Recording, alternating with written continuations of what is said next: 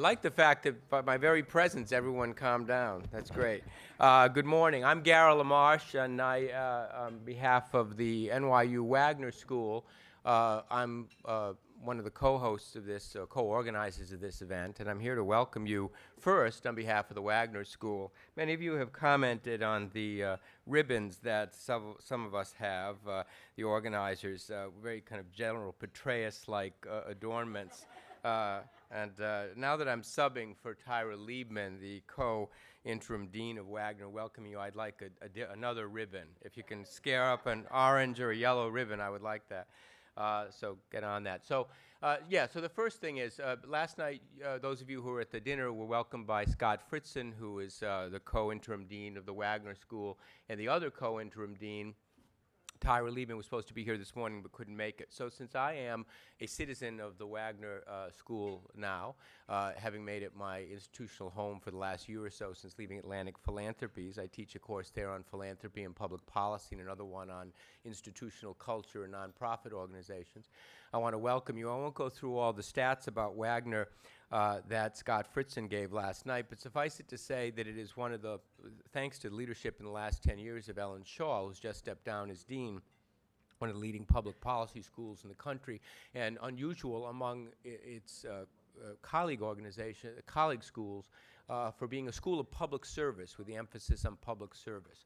So you see the hand of Wagner not only as a co-sponsor, but in a number of the people floating around here today who are my students or former students. So if you see somebody who's being very helpful to you and seems really, really smart and destined for an amazing career in public service, they are likely to be a Wagner graduate, including Bita Jahedi, who's one of the organizers of this from the Philanthropy New York, who was my student and is now assistant director of learning services at Philanthropy New York. So it's a great place to get a great education.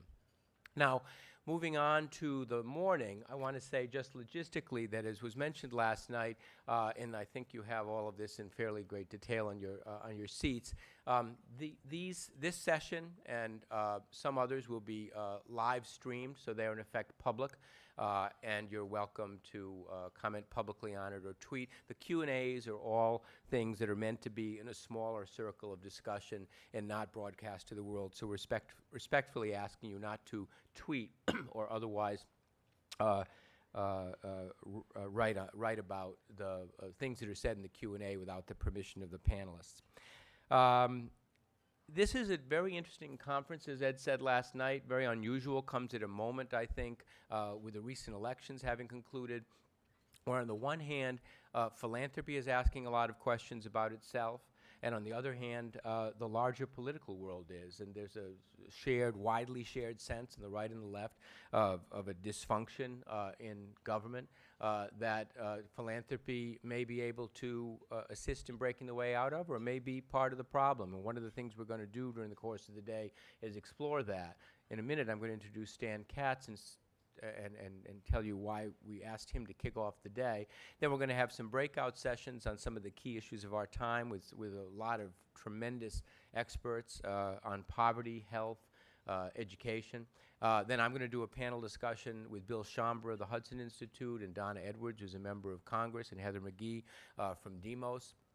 And then we're going to close out the day with some terrific talks by some emerging and emerged leaders in and around philanthropy. So I think it'll be a really good day, and I look forward to seeing you all when it ends to kind of brainstorm and debrief about it at the reception at 3 o'clock. So my other job here is to introduce Stan Katz. Stanley Katz is a professor and director of the Center for Arts and Cultural Policies at the Woodrow Wilson School at Princeton. He's the author of numerous books and articles specializing in American legal and constitutional history, and also on philanthropy and nonprofit institutions. He's president emeritus of the American Council on Learned Societies, editor-in-chief of the Oxford International Encyclopedia of Legal History, and a fellow of the American Society for Legal History. It goes on and on. You have it in your book, and I won't take up his time in talking to you by going through his accomplishments anymore, but to say that last night, those of you who heard the panel that David Gergen moderated with Jonathan Soros and Abigail Disney and David Rubenstein, noted, I think, or will remember, that Jonathan and Abby, among other things that were really striking to me, talked about a certain ahistoricism in philanthropy. That is to say, and I say this as somebody who teaches it and assigns to my students a lot of the things that Stan writes, very often it seems that those of us in professional philanthropy are kind of condemned to live out that Santayana quote that those who don't, remember the past are condemned to repeat it. And there's a lot of kind of gee whiz about current trends in philanthropy that often lacks an historical context about what went before, even many, many decades, even indeed 100 years before, at the dawn of institutional philanthropy. And I think that ahistoricism is a real problem, both in people within the field and also people who are thinking about it from outside. No one who reads Stan Katz and has read his speeches and articles in Philanthropic and other scholarly publications over the years could be accused of being ahistorical, because Stanley Katz is somebody who does a terrific job of both being a trenchant analyst and critic of philanthropy and setting it in a larger historical context. And for that reason, we asked him to kick off the day, and I'm pleased to introduce Stan Katz.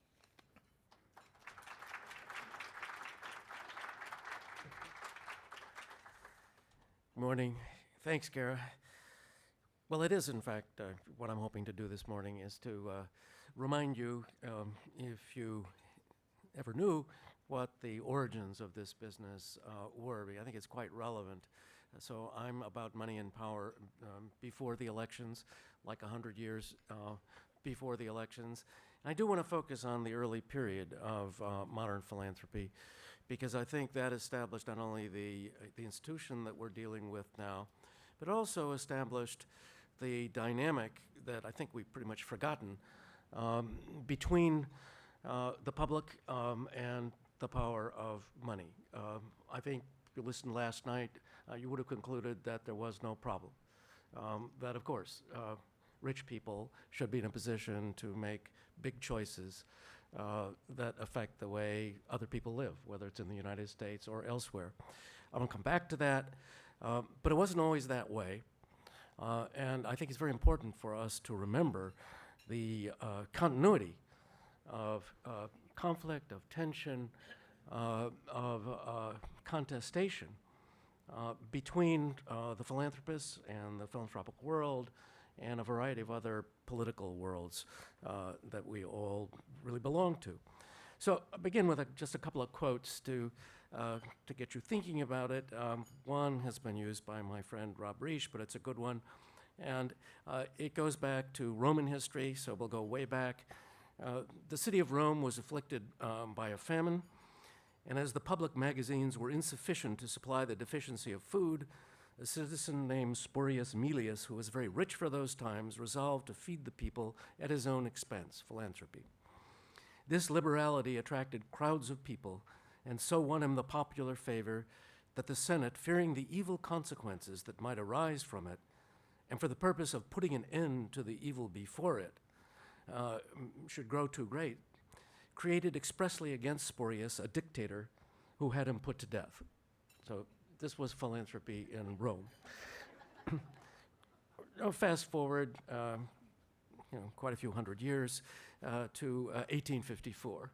The President of the United States is someone you have forgotten was the President of the United States, Franklin Pierce. What state did Franklin Pierce come from? Right. So that's because you know of Franklin Pierce College, right? You're from New Hampshire. Okay, thank you. Pierce said this. There was a Dorothea Dix, whom you remember, was the greatest figure in the early history of public health in this country, lobbied through a bill for federal support of mental hospitals at the turn of the middle of the 19th century. So in 1854, President Pierce vetoed that bill. And this is what he said. If the several states, many of which have already laid the foundation of munificent establishments of local beneficence, shall be led to suppose, as they will be if this bill becomes a law, that Congress is to make provision for such objects, the fountains of charity will be dried up at home, and the several states, instead of bestowing their own means on the social wants of their own people, may themselves through the strong temptation, become humble suppliants for the bounty of the federal government. So drying up the sources of charity at home. So, these are two things that have been with us for a very long time. The second one, by the way, is a very American idea that I want to come back later. And it goes to the question of localism versus nationalism and cosmopolitanism. And if you heard last night again, you will see that there's really victory of cosmopolitanism in the world of philanthropy, which I'd like to suggest you may be at tension with some of our oldest philanthropic traditions. So more of that later. And then, again, I was really struck. I want to set a contrast for you, and then I'll move back. In the way philanthropists talk today compared to the way philanthropists talked 100 years ago. Let's use that as a frame of reference. I could have picked a lot of examples, and if I had heard the panel last night, I could have picked an example from last night, but I won't do that. But let's just take an article that Bill Gates published in the Wall Street Journal about a week ago. I'll only give you the title of the article. Bill Gates, my plan to fix the world's biggest problems, measure them. You may have seen the piece. It's an interesting piece, and I ask you to think whether John D. Rockefeller Sr. would have proposed that sort of thing. Or, to take one example of recent philanthropy, to quote from one of everybody's favorite critics of philanthropy, Pablo Eisenberg, published a blog not long ago criticizing the Rockefeller Foundation for making a $100,000 grant to the Brooklyn Chamber of Commerce. I'm just going to quote the Times here, because the foundation wanted to draw attention to business issues and help influence the discussion in a wide-open mayor's contest that has been dominated thus far by Democrats who have not always been friendly to business. So think about that for a moment. Or, closer to home for me, New Jersey, a piece in the Star-Ledger about 2 months ago now, criticizing the Broad Foundation for a grant to the state of New Jersey, K-12, on the condition that Governor Christie would still be the governor of the state when the funds were expended. The foundation, when criticism emerged of that, said, research shows that American school systems making the greatest academic gains have certain ingredients in place, including strong leaders who champion strategies that are designed to create environments that support students and teachers. So we consider the presence of strong leaders to be important when we hand over our dollars. So we can make a requirement that the same governor should be in place. Well, we can come back to all of those. These are all very jarring to somebody like me who lives 100 years ago. Historians do that. And it ought to make us think about what has happened between now and then, and whether there are continuities and underlying problems here that are worth considering today. Several people last night, as Gara said, mentioned that we don't know much about the history of philanthropy. I think that's right. There's a certain amount of writing about it. I recommend to you, by the way, Olivier Zunz's recent book on the history of philanthropy, which I think is probably the best short, general account of the subject. It's really worth reading. But there hasn't been a lot. We're in a situation where there is, so far as I know, no beat reporter on philanthropy anywhere in the United States, so the journalism isn't doing a good job of covering us. The scholarship, frankly, is thin. So it's not so easy. And that, I think, extends to informed, intelligent, thoughtful criticism of the field. Okay, that's the introduction. I'm going to talk quickly and informally because I want to have some general discussion. But I want to begin by making a distinction. It's one that I worked for many years with a wonderful man named Barry Carl at the University of Chicago, and our early work on the history of foundations was very much joint work, and all of this comes out of that. I've also been assisted by one of the best young scholars I know recently working in this field, Ben Soskis, who is here somewhere today, his recent Columbia PhD. Where this begins, as you know, is in the very late 19th century, the very early 20th century, at a time when, due to the Industrial Revolution, actually, I would say the combination of the Industrial Revolution and the Second Scientific Revolution, in the extractive industries in the United States, steel and oil being the two most obvious examples, huge businesses, which took the legal form of trusts, were created and produced what were then unimaginable sums of money. And so that produced Andrew Carnegie and John D. Rockefeller Sr., as you know. And they both had very different kinds of people, but they both remarkably had similar reaction to all of this. They were both historically, traditionally, and by instinct charitable. That is, they engaged in almsgiving. Almsgiving is the gift of money to individuals and institutions to address immediate problems of distress, illness, ignorance, poverty. And it's as though every religious tradition, every cultural tradition has some kind of charitable tradition and a word for charity. And they both grew up in that kind of tradition. They understood it very well. And each of them, by the way, had in his business a room, literally, an office in which clerks responded to requests from former employees, the general public, and so forth. And they wrote checks for to widows who were in distress, or to the pastors of churches of which the roofs had burnt down, things like that. But they realized, on the one hand, that they couldn't write those checks fast enough to meet all the needs. But much more importantly, that this was an irrational way to proceed. Because by writing those checks, they weren't doing anything to eliminate the underlying social and economic problems that were causing the distress in the first place.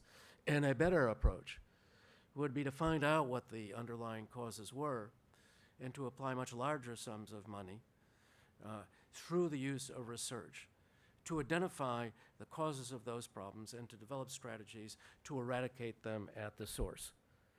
And crudely speaking, that's philanthropy. That's what they thought philanthropy was. That's how I used the term. And that was the challenge that they had. What did you do if you had a fortune of some hundreds of millions of dollars?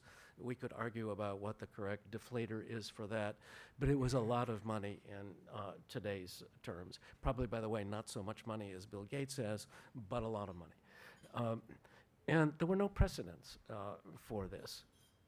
So they had to determine what they could do in order to identify the problems, to facilitate the research, to generate the kinds of strategies that might be put into place to address those problems. And it was in the course of thinking through that problem that they and their lawyers came up with the solution that we now call well, today we would call it the Private Philanthropic Foundation. It all seems very obvious now, but not only no such institution existed in 1900 in the United States. Not only that, but American law at that time didn't permit the creation of an institution like the trust. A crude, non-lawyerly explanation of that would be, if you wanted to establish a perpetuity, which the early foundations were, a trust under English and, for the most part, American law at that time had to have both a definite purpose and a definite beneficiary. And they realized, and they actually did discuss this with their lawyers, what they really wanted was a perpetuity with an indefinite purpose and an indefinite class of beneficiaries. That's what a foundation is. So through a variety, we could talk about this later if you like, they arrived at the form, the actual organizational form that is represented now by the Carnegie Corporation, the largest of Carnegie's philanthropies, or the Rockefeller Foundation, the largest of John D. Rockefeller Sr.'s philanthropies. And as it happens, those forms were sustainable in American law. They weren't all clear, by the way, that they would be. There's a funny episode in the Rockefeller Papers in Pocatico in which they're discussing all of this with their lawyer, who's a character named Star Murphy. And they weren't all sure that what becomes the Rockefeller Foundation would survive a legal challenge. John D. Rockefeller Jr. proposed that the way to deal with it would be for them to set up the foundation. He would challenge it in court on the grounds that it violated trust law. And if he prevailed, they would go back to the drawing boards and find another way to do it. But if he didn't prevail, then they would know they were okay because the courts had approved it. Star Murphy had better political sense than John D. Rockefeller Jr., and he thought maybe this would be a political mistake. So they didn't do it, and they just went ahead. But as you know, by the way, they were desperate for the kind of certainty they would get from governmental, and that is federal, approval of what they were doing. So they went to Washington in 1910 to try to secure a federal charter for the Rockefeller Foundation. That would show that the government really approved of what they were doing. And for 3 years, they lobbied in Washington to get that through. There was tremendous opposition to it, particularly in the Senate, and primarily on the grounds that these were ill-gotten gains, and that Rockefeller money ought not to be koshered by the federal government. And in the end, they didn't get the federal charter. So what did they do? They went to Albany, and in 6 weeks, they had a charter from the state of New York, which is still the legal basis for the foundation. There are a lot of lessons, I think, in that.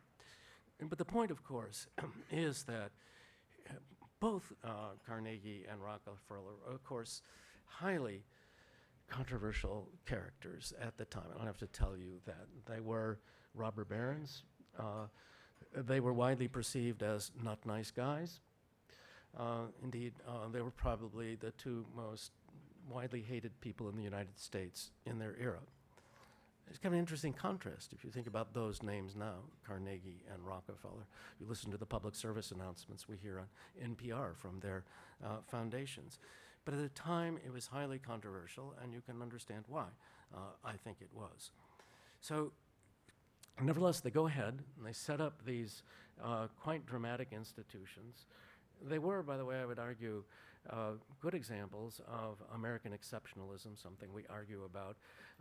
No other country had developed this form, and everywhere it exists now, it is an imitation of the American form. So they set up these foundations. Others did too. By the time of the First World War, there are a dozen or 20 philanthropic foundations. And then, of course, the process proliferates after that time. They mostly took precisely the same form, and quite remarkably, by the way, even as an organization, the form that they sort of fell into turns out to be the form we still have. And so they had a perpetuity. It was normally a perpetuity. Rosenwald, of course, limited his gift to 25 years, but very few of them did. So it was a perpetuity. It was governed by a very general statement of purpose, normally something along the lines of to serve the needs of mankind, or something equally broad, and then governed by a self-perpetuating board of trustees. That's the most interesting part of this, because the problem they had sort of legally, politically, was to avoid the problem that historically had been called mortmain, the dead hand. That is, avoiding giving a living donor the capacity to tie the hands of successors way down the line, long after he had ceased to live. And they knew there are all sorts of horrible examples of trusts which could no longer be fulfilled because their purposes were no longer sustainable. So they came up with the idea of a self-perpetuating board of trustees, and the idea was the donor would set a very general purpose. It would then be up to trustees to adapt that purpose to whatever, in their best judgment, were the needs of their own day. And that's the form, as I say, we're still using. What's interesting about this, in a way, looking back on it now, is, and we talk about all this, we talk about philanthropy as being part of American public policy. But it wasn't. It wasn't part of American public policy. The Congress, after all, refused to give a charter for all of this. The state of New York certainly did. And no legislative body at any point ever sat down and said, what this country needs is the philanthropic foundation. What this country needs is the philanthropy sector. It happened because of the generosity and other motives of people who had enormous sums of money and who wanted to expend them. If you've, discussion of this last night, but if you recall, all of you must have read at some point Andrew Carnegie's Gospel of Wealth. Well, the great philanthropists of that day all had a somewhat similar reaction. That is to say, Carnegie said, the man who dies wealthy dies disgraced. The whole idea was that there was no point, and indeed it was either immoral or impractical, useless, to die with a lot of money. He rejected the notion that he should give it to his children. It would spoil them, it would corrupt them, it wouldn't likely serve great purposes. There was no point in waiting until he died and then let the money be distributed by the government. The government wouldn't know what to do with it.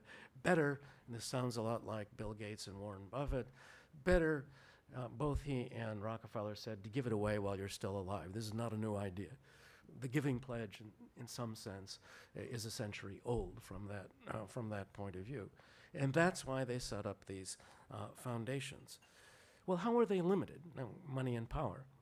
How are they limited? What did the public do to sort of protect itself, to protect us against the philanthropists? And by the way, that was exactly how people thought about it at the time. Nothing is the answer. For a very long time, there was no legal structure, no explicit legal structure for this sector. But there was, from the very start, concern about how these funds would be employed. And to me, that's the most interesting thing about it. The Rockefeller Foundation and Carnegie, as you know, are both celebrating their centennials this year, so it's exactly 100 years ago. So in 1913, there were foundations slightly earlier than that. Russell Sage was in 1907. General Education Board, another Rockefeller philanthropy, was earlier. There were others, but not very many. By 1914, 1915, we had the first congressional interest in the subject. A special committee was set up in 1914. It had hearings in 1914 and 1915. It was chaired by a radical socialist lawyer from Kansas City named Frank Walsh. And there were extended hearings on the industrial state of the United States. That was the sort of generic topic of these hearings. And there were a whole series of hearings. But the principal interest of the hearings really was on the potential role, and that is to say the potential threat of philanthropic foundations, both to the American economy and more importantly, to democracy in America. That was exactly the subject. Walsh said that the purpose of the hearings was to determine whether self-perpetuating organizations such as the Rockefeller Foundation, the Carnegie Corporation, and the Russell Sage Foundation were a menace to the future political and economic welfare of the nation. Lays it right out. Walsh called himself for what he called the democratization of private benevolence. Why is it that rich individuals should be determining public policy was the question he asked. He feared the corrosive long-term impact of philanthropic money power, especially in education. If the owners of the great basic industries of the nation can train up young men and women in their ideals, in their conception of the right relations of master and servant, in their doctrine of what a democracy should be, then the, quote, benevolence of their foundation is the best investment for themselves that they have ever made. This is about education philanthropy. We might talk about that later. And they interviewed all kinds of people who were in a political position to be very critical of all this. Morris Hillquit, the labor leader, for instance, said that, this is actually taken from the notes that the Rockefellers made of the hearings, such large foundations as Rockefeller Foundation, Russell Sage Foundation, and the Carnegie Corporation represent in the domain of philanthropy just what trusts represent in the industrial field. The philanthropies of these foundations seem to get as far away from home as possible. He doesn't want, they're quoting him as saying, he doesn't want to criticize the work done for those far away, but he means foreign investments of philanthropists. But he thinks it unfair that such a large proportion of the money which accumulated by the work of American workers should be so spent when there is so much suffering in this country. He believes this work a business enterprise just as foreign missionaries are. And goes on in that vein. And speaker after speaker said the same sort of thing. Another New Yorker said, the fundamental fault in Mr. Rockefeller's attitude toward the public and its works appears to lie in its undermining autocracy. We have in the Rockefeller Foundation a supreme example of the philanthropy which deadens, by its large benefactions, a public criticism which otherwise would be as formidable as inevitable. Nothing could more clearly demonstrate that the Rockefeller Foundation is primarily an asset of the Rockefeller industrial system and only secondarily a charity. Pretty tough language that they used. I can't resist, if I can find it. My wife's grandfather was a radical socialist Unitarian clergyman here in New York. He was the pastor of the community church down on 35th Street off Park Avenue. And Grandpa was very unhappy about the foundations too. He said the very character of the Rockefeller Foundation must be regarded as essentially repugnant to the whole idea of a democratic society. In regard to its administration, we have in the midst of society supposed to be democratic that which is essentially an autocratic system of administration, an institution that represents power which is stupendous. And there is a growing feeling that democracy prefers to do its own business along the lines of development represented by the field occupied by these benefactions. And he complains then that the Rockefeller, very dramatic Rockefeller benefactions in Belgium during the war were something that should have been left to the public. And Louis Dembitz Brandeis testifies. He's a little more moderate. He's a lawyer, and he's more careful about what he says. But nevertheless,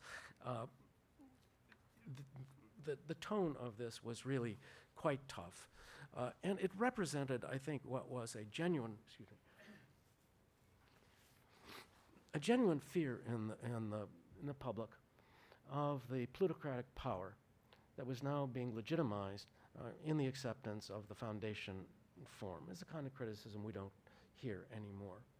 But it's important to remember, I think, that the general idea is always in the background. We talk about it from time to time. Every 20 years or so, Congress wakes up and looks into the question of foundations and philanthropy. We always survive. Students are always asking me every time we have a new set of congressional hearings, well, is this the time the hammer is going to come down? And my answer is always the same. Well, from what you can tell from history, the answer is no. For a variety of reasons, Congress will back off, and in the end, they won't act. So far, I've always been right, but Barry used to remind me that historians shouldn't try to predict the future. We're not even very good at predicting the past. But that has been the history so far. And if you think, just looking at it very quickly, of the kinds of legislation, and there has been very little legislation really affecting what we do. But if you think back on the high points, it all begins, after all, with the passage of the Income Tax Amendment, because it wasn't until the passage of the Income Tax Amendment that in some sense we even had a legal definition of what we are. It's weird, isn't it? We are the tax-exempt sector, so we're defined negatively. And that's pretty important, because it's very important, I would say, that is, we have never been forced to acknowledge publicly what it is we do affirmatively. It gives the philanthropist a tremendous scope, a greater scope in this country than, so far as I know, in any other country in the world. There is less legislation, there is less administration that affects what we do in this sector than in other countries. So, we get the tax legislation right after the 16th Amendment. And then there are various kinds of tax reform acts over a period of time.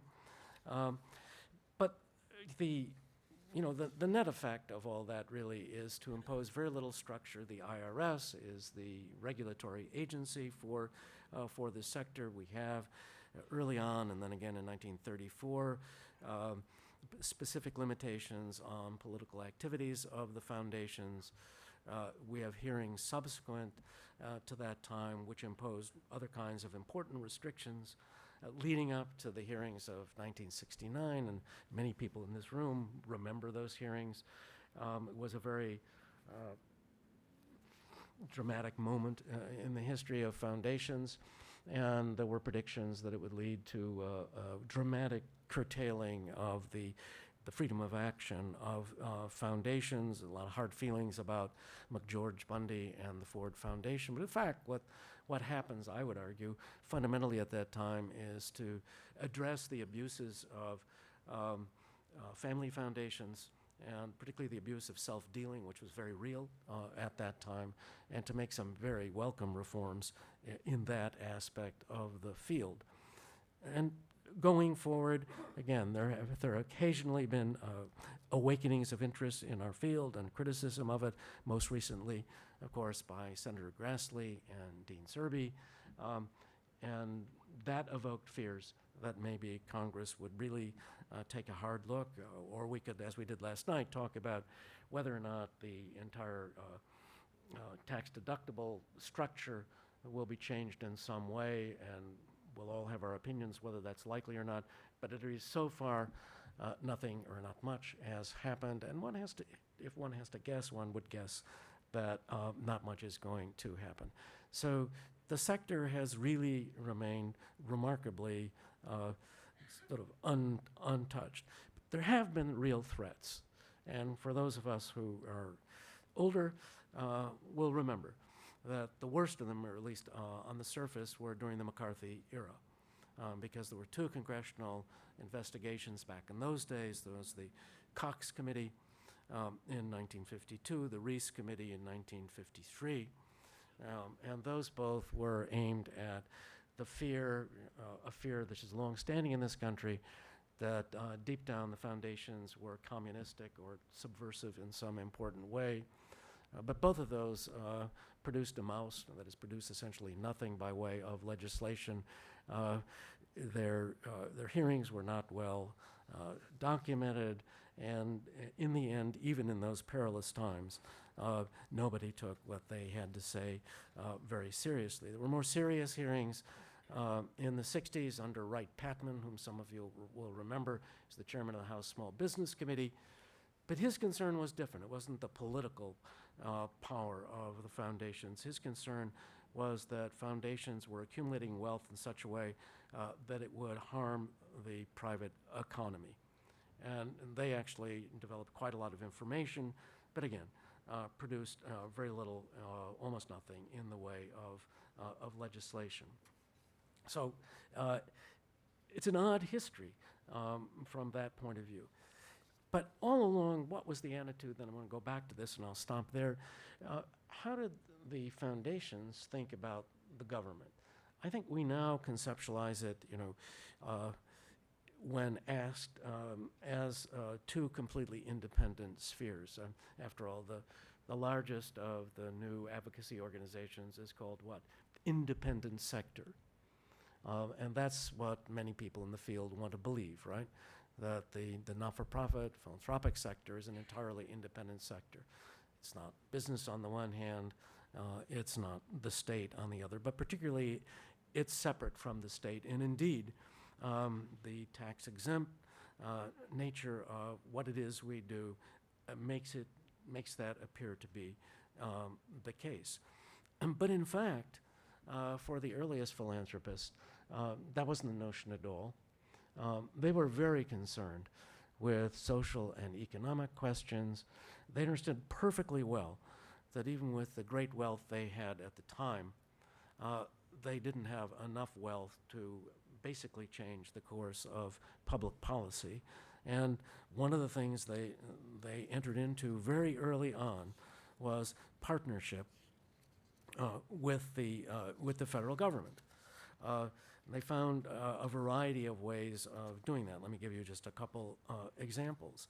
The first was the first of the Rockefeller foundations was called the General Education Board. It was a foundation to support educational initiatives.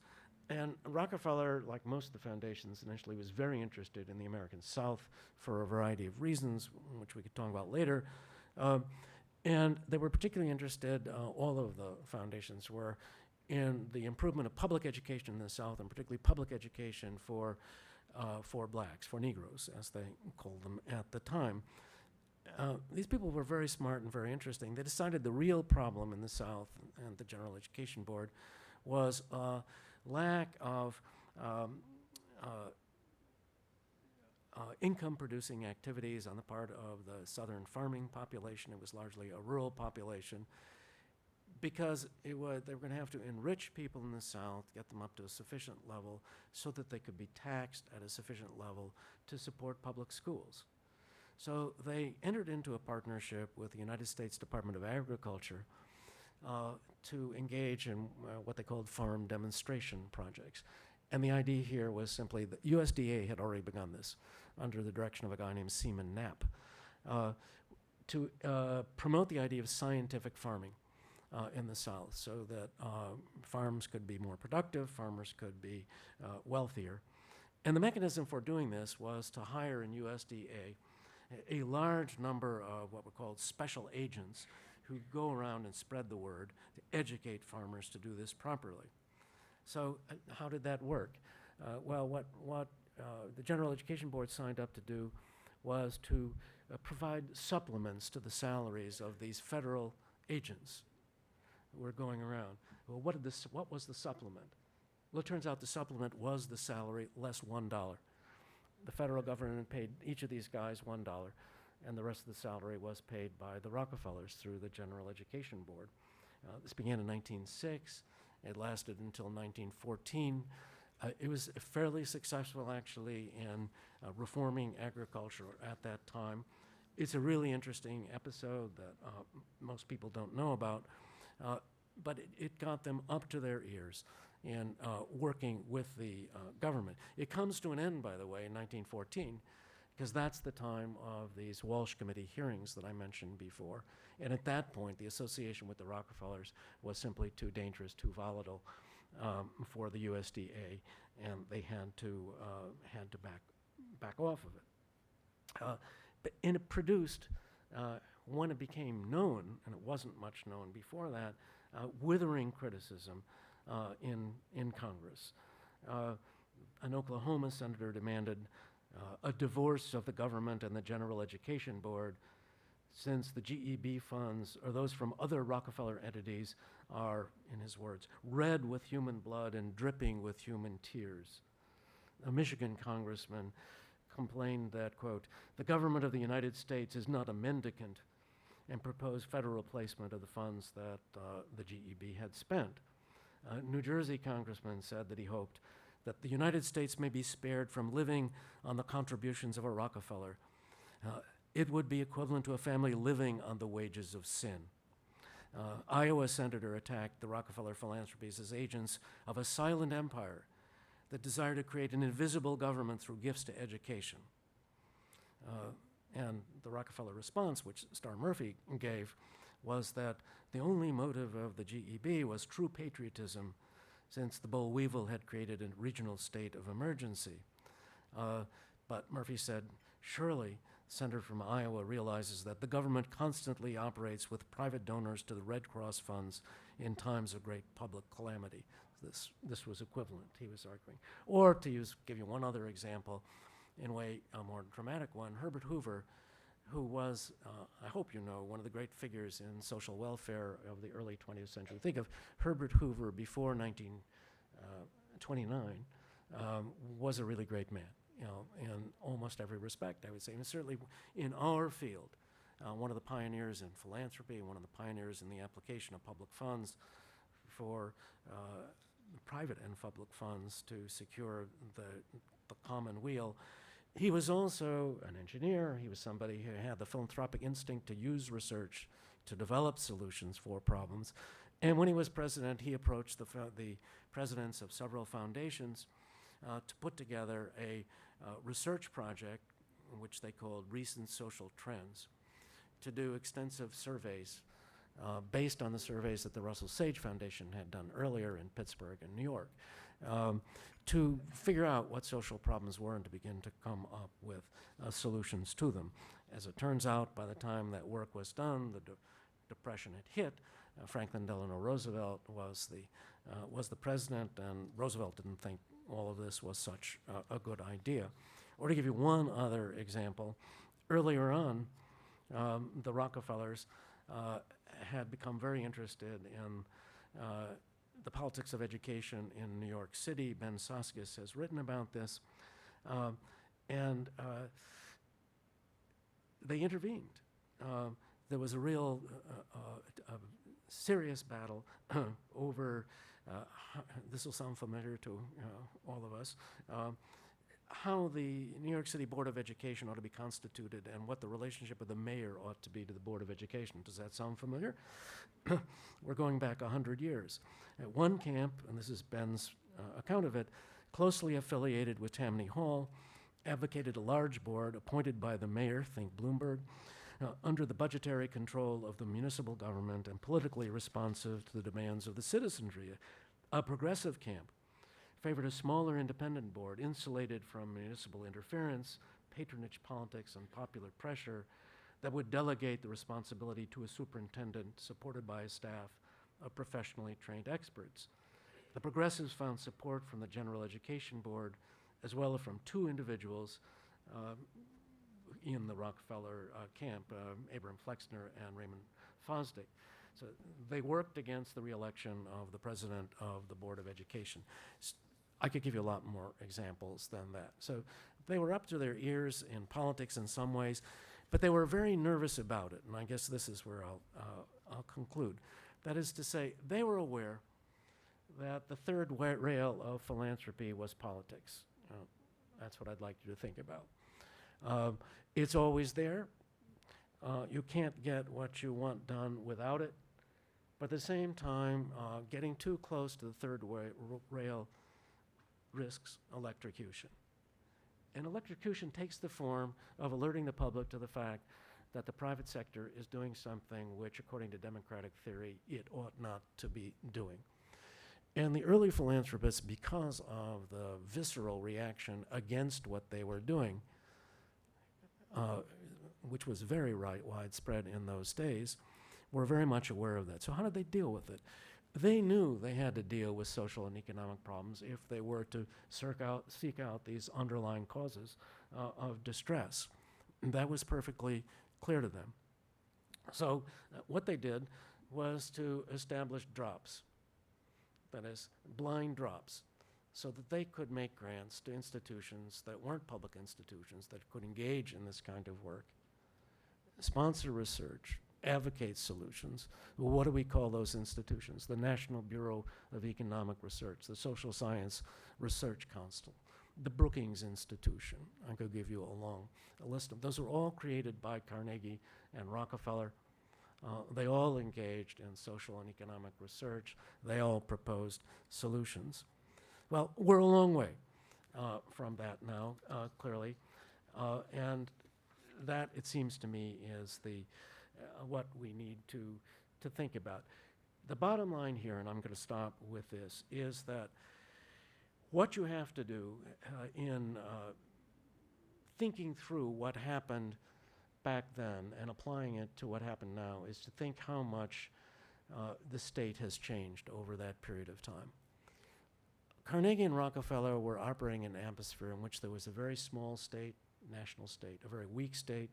They saw their task as establishing national policy at a time when the United States of America was not configured to have national policy on social and economic issues as a matter of constitutional tradition. Now we live with a state that's huge, way beyond what the reason we have a Tea Party is that the state is now doing things that the framers would have found unimaginable and unacceptable. The Tea Party is quite right. about that. But philanthropy, in relation to that, is also very different, because the early philanthropists were acting in a situation in which the state couldn't act and wouldn't act. We are now acting in a situation where the state can act and does act frequently.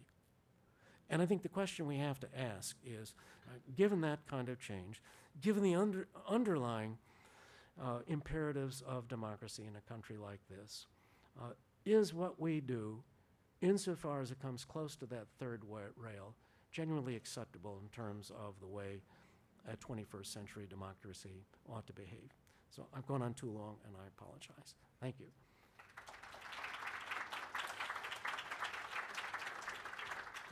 Do we have time? Because I ran on too long. Okay, we have time, I think a little bit of time for some questions then.